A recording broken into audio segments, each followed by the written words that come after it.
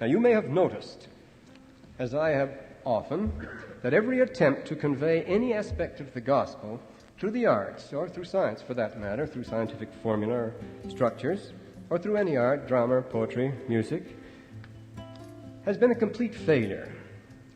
This is good. This is the way it should be. Now, just a minute. Get around to this. We're going to get around to Brigham Young first. C.S. Lewis says that the story of the redemption, of the sacrifice, the atonement, and so forth, is the last thing in the world that any human being would ever dream of. And he says that's why he believes it's true.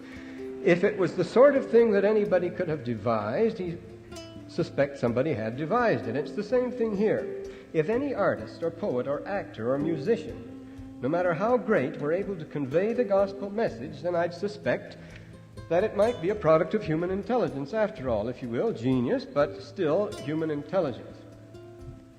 That the best work of art not only fails to give the message, it misrepresents and obscures it, I think. You have all felt that, I'm sure, that art at its very best never gets higher than parodying the gospel. It's about as far as you can get. What is this unbridgeable gap, then, between the gospel and all the powers of human reason and imagination? I like to think of it in terms of another dimension. The gospel does add a dimension. Most of you know that there are real dimensions of which we are not aware at all, and that the gospel is three-dimensional, while all human experience is two-dimensional. It adds a dimension to human life, a very real one. Great art is an attempt to add something like that. See, the artist resents the limitations of this life. Shakespeare says it's, remember, a baseless fabric, an unsubstantial substance, shall fade and leave not a rack behind. They don't want to settle for that, but that's in his last play, where he tries to give some depth to this. But it's just play, it's just imagination. Our revels now are ended, these our actors faded into air, into thin air. And like the baseless substance of this vision, the cloud-capped towers, the gorgeous palaces, the solemn temples, the great globe itself, yea, all that it inherits shall dissolve. Like this unsubstantial pageant faded, leave not a rack behind. There is no other dimension. There's nothing behind it.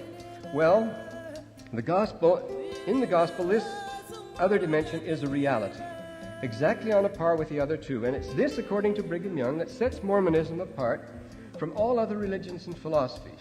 They talk and speculate about another world. For them, it is a subject of beautiful rhetoric. But the idea that it actually exists, they find utterly unacceptable.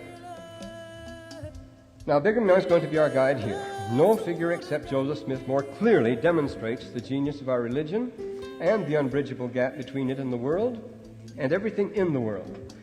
He begins life in a two-dimensional world, and it annoys him. Its limitations distress him, as they distress every true artist. This was the dark period. Brigham Young wouldn't settle for rhetoric. He says, now we start quoting, "I would have given worlds if I could have known the truth in my childhood, and as I now hear it, I had a great desire to know it, and the priests were after me from the time I was 8 years of age. I was an infidel to their creeds, but not to the Bible, not to God, not to holiness, but to the creeds of the children of men I was infidel, and am to this day. My object to their creeds and systems was that they talked about things they did not understand and could not tell a word about. Consequently, I was called an infidel." He wanted more than talk. He wanted the real thing. How many anxious hours, he says, have I experienced in my youth to know, to see, to understand things as they were and as they are. Did I ever see a man who could instruct me in those matters until I saw Joseph Smith? I never did. And then he goes on and gives many interesting instances here. He says, there is this unbridgeable gap, and God means it to be there. He reserves to himself alone the privilege of showing anyone that third dimension. Nothing else can ever make you see it, only revelation. So don't blame the world, he says. How difficult it is to teach the natural man who comprehends nothing more than what he sees with the natural eye. How hard it is for him to believe.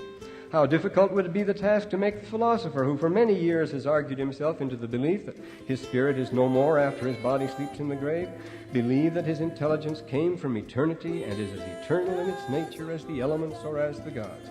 It's difficult indeed to remove an opinion or belief into which he has argued himself from the mind of natural man. Talk to him about angels, heaven, God, immortality, and eternal lives, and it sounds Nothing but sounding brass or a tinkling cymbal to his ears. It has no music for him. There's nothing in it that charms his senses, soothes his feelings, attracts his attention, or engages his affection in the least. To him it is all vanity. So remember, for the other side, it looks just as stupid and just as impossible as our preaching does to them. So he says, don't judge them for that. And he says, to one who has seen this three-dimensional picture, the old two-dimensional picture is pretty sad, especially in its attempts to simulate or produce a convincing 3D effect. This is why the arts fall flat. He says, men cannot reveal the principles of eternal life to you. Flesh and blood cannot, scientific books cannot, history cannot, another man's experience cannot, no matter who he is. No, nor the whole world with their wisdom and power, for they must be revealed from our Father which is in heaven. As the Lord told Peter, flesh and blood, my Father has revealed that to you. No other source of revelation. It goes through no one else. It must come to you directly.